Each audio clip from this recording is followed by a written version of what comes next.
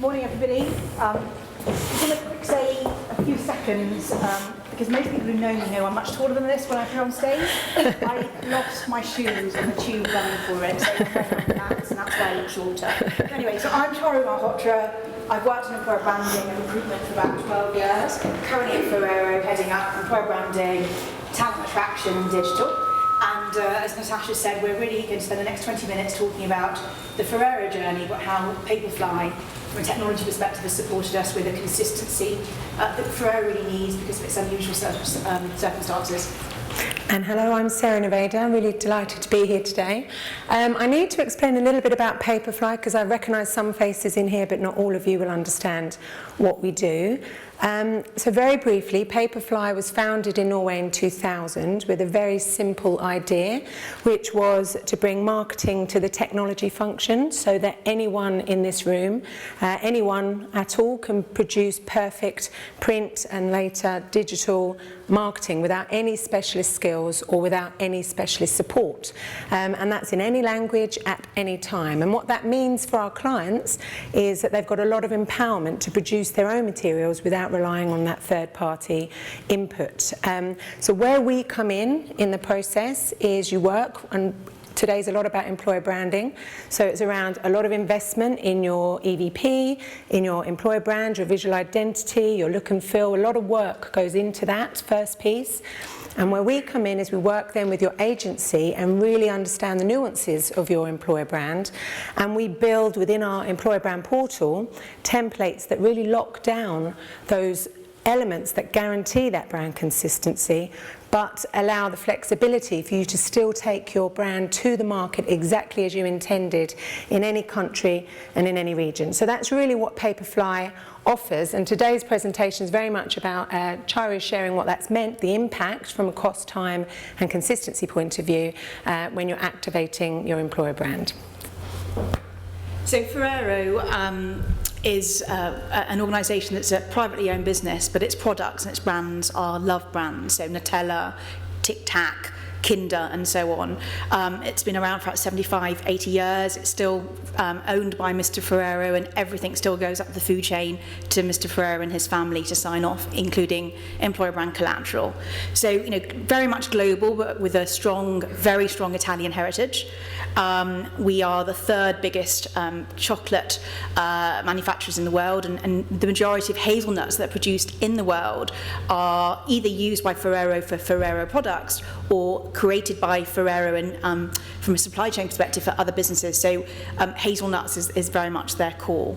So very acquisitive, incredibly successful, but with a brand identity that's fairly unknown. So Ferrero is not known, and that's very much a purposeful intention by the Ferrero family. The intention was always, as I said, for the last 70, 75 years, that the products should speak for themselves. Now, in the world that we're living in and have lived in for the last 10, 11 years, I don't need to tell everyone here that transparency, social, employee advocacy are all things that secrecy and not talking about yourselves doesn't aid. So the next 10 minutes, I'm going to talk about where we've come from, why we've done what we're doing, and where we're going to go. So we're creating an employer brand for reasons that I'm sure are very common.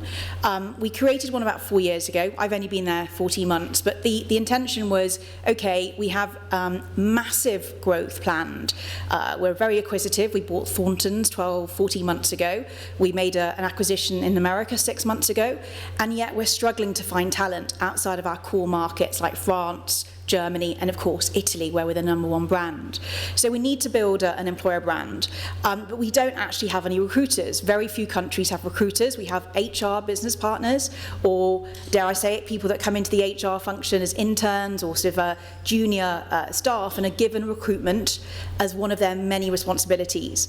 So 4 years ago, my boss was tasked with, okay, create an employer brand, but it has to be consistent. We need to be giving something to the countries to use that still feels Ferrero.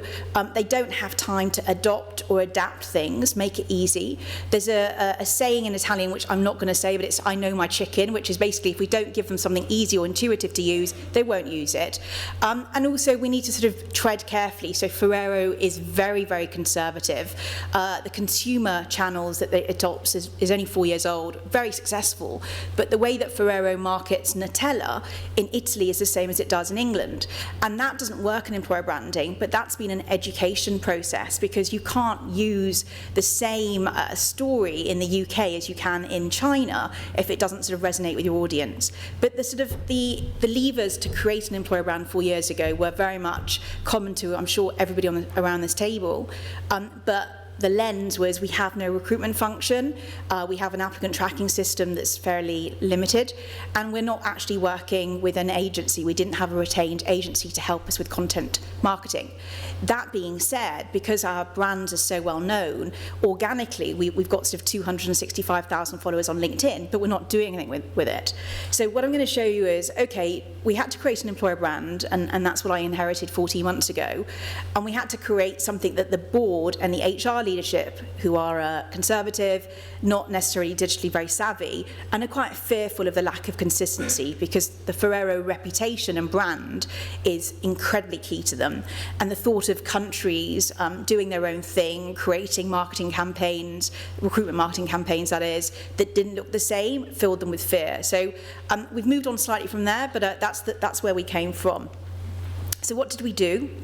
We aimed to look at consistency. So when I joined, I said 13, 14 months ago, the CHRO said, it's working because all the adverts look the same. We know that the recruiters know what they're doing, because every advert, from an image perspective, a tagline perspective, a copy perspective, it all reads the same, so I'm happy. But what that meant was, actually, we weren't localizing. We were just recreating the same copy and translating it, which, as we all know, doesn't resonate with an audience.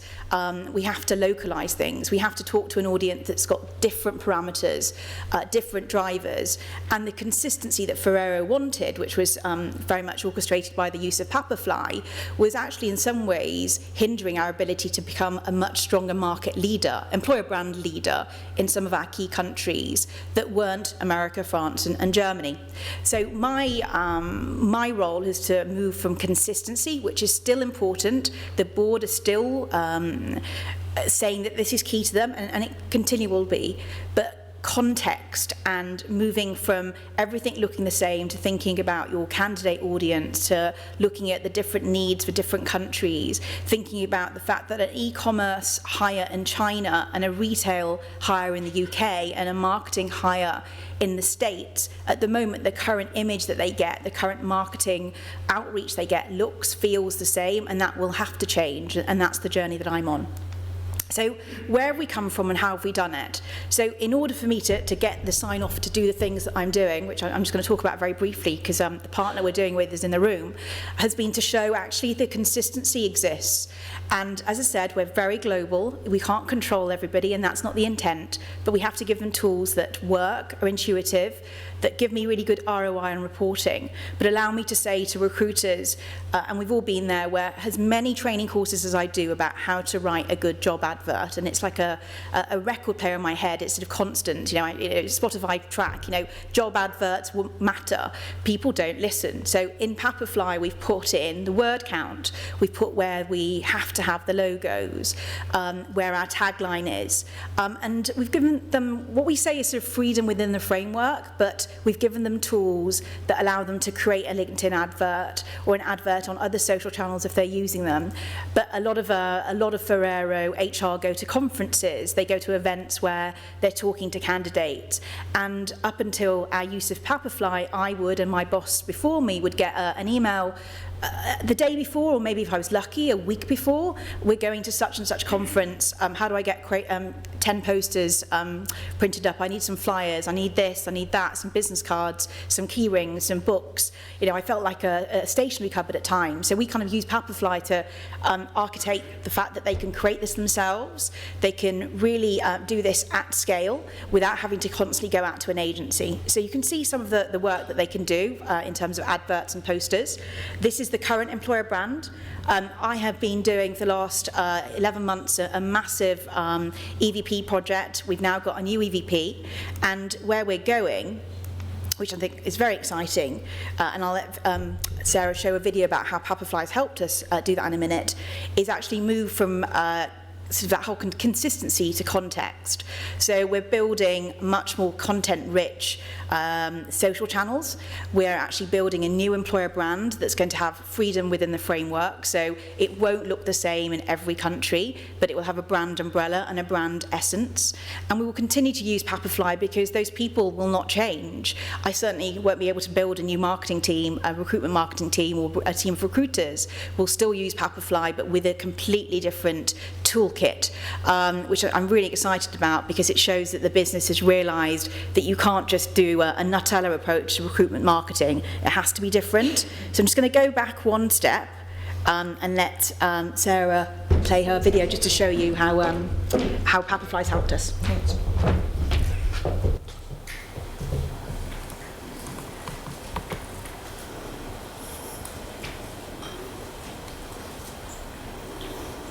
This is actually an introductory video to Papirfly.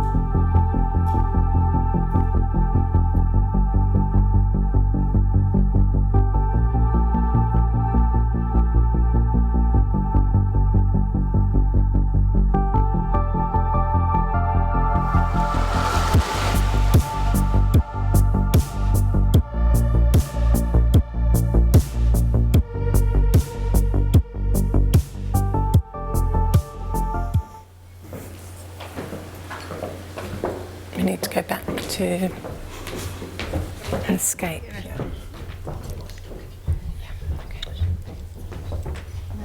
Most experts would agree that strong, consistent... Always learning. Yeah. So, as I said, where we are is very much at the start of employer brand education, but the needs of the audience has changed. So, we're moving to a new employer brand with richer content. How that's going to work within the business is that Papirfly will allow us to build training courses in there for the country recruiters, the country HR people, sorry. It'll allow us to actually reassure my HR board that it's being utilised because of the reporting, but also it'll allow the countries that are a bit more sophisticated or have greater needs to it's really kind of optimise the toolkit that we're creating. So, what I would sort of urge is our requirements at the moment are very much to bring in talent like everybody else, but we have a really unique culture. So, by that, in terms of it, it's very much a joy to discover is the tagline for a reason, because once you join, you think, oh my God, how is this business operating? And we have a sort of a secret sauce that we need to communicate externally. So all the stuff we're doing with Papirfly that's going to contextualise, to really maximise what we're doing in a way that's comfortable with the Ferrero culture, we allow the HR teams that are still time poor, that are very lean on resource, to easily change their messaging, to have a messaging framework that's going to work for a different type of audience, and that audience expectation is only going to become greater and greater. So I'm standing here in a sort of very different scenario to previous companies where I was at Unilever and Primark, where you'd roll something out and the people you would talk to in the countries would understand the difference between an employer brand and recruitment marketing and tactical recruiting. We don't have that here, and we have to work with that. So it's really important that whatever we gave and are giving to the countries, they can use easily, because there's only me and my boss. So I can't scale up and clone myself. So it was really important that we worked with a platform that helped us really do scalable solutions, but in a really friendly way. So the reporting we get, we can sort of put in a really nice template so it's easily understood. The video training is very intuitive, so people don't need to sort of do lots and lots of courses to actually understand. It takes about 10-15 minutes, and I can talk to very, very quickly how easy it is. So do reach out to me afterwards, the event or around today, because I'm a big fan. And I have worked in companies where we didn't launch it when we launched our new employer brand, and very quickly, within a year, we went, okay, no, we need to use this because we need to give people tools, but still have the governance and the framework and the comfort levels that gives us some visibility and some control. So what are we doing next? As I said, we are building a framework versus a campaign, which is what you saw. So, as I said, that's 3.5-4 years old. That will change, and we're going to the market next year with a framework approach. So it will look different, but still feel like Ferrero, and it allows then the countries to adopt a very different approach to recruitment marketing, a much more real one than that's current. What else are we building? Social, which again, we are behind the times when it comes to that, but it's really the kind of Ferrero culture to pilot and try things, and that's been part of my role to sort of demonstrate that it's not this big bad wolf, and it's something that we need to embrace, but in a way that is comfortable to Ferrero. And how are we doing that? We've started that, as I said, with a very big EVP research. I went out and did sort of a number of about 50 different workshops with a partner, and then we really looked at our EVP and customized that per country, per tribe, per sector, per function. And then we are about to sort of work and launch a very a nice way of working in terms of toolkits for the countries with our retained agency. So we're retaining an agency to help us, and that's sort of Simply Talent, who are also here today. So again, can't stress that everything we do at Ferrero and everything that I'm doing is not enabled without sort of great partners. And again, I think that's really important as employer brand professionals. We can't do everything ourselves. We can try, but actually learning from each other is one way, but also looking at different resources is another. And I think I can really advocate for the partners that we work with for their help and their learning. So, key takeaways. Freedom within the framework is really important. So again, that was a mantra I learned at Unilever. And what does that actually mean? It means trust is important, but also recognizing that if you just give people the same thing again and again and say you can change things if you want to, when they're working in an environment when they've got 20 other things to do, they very rarely do. So make it really easy for them to customize. Also really think about the technology that you're using from an intuitive perspective.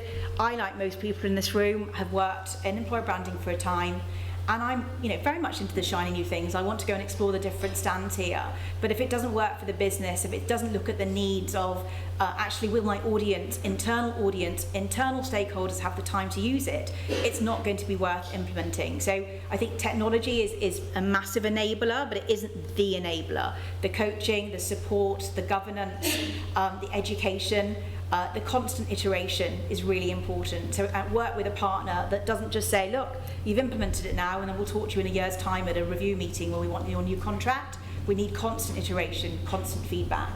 And then, very much look at the solutions that exist at the moment. So as I said at the top of this meeting, we've got love brands. People internally and externally love Nutella, Kinder, so on. So actually look at harnessing, how do we harness those advocates that exist at the moment for the brands to make them recruitment advocates. So that's kind of the next part of our journey. So I hope that if I see you again in 12 months' time, we'll have a very different look and feel. I don't hope, I know we will. And we'll be able to show you how Papirfly but other technologies helped us do more recruitment marketing campaigns as we move from a one-size-fits-all to a much more flexible approach. So I think we've got a round table to talk about technology and how it enables everybody, and Sarah and I are going to be around for most of the day to answer any questions, but I hope that's been useful. I think I haven't gone over time, which is a rarity. I could just add as well, shall we? Thank you. I feel like that scene in Bridesmaid.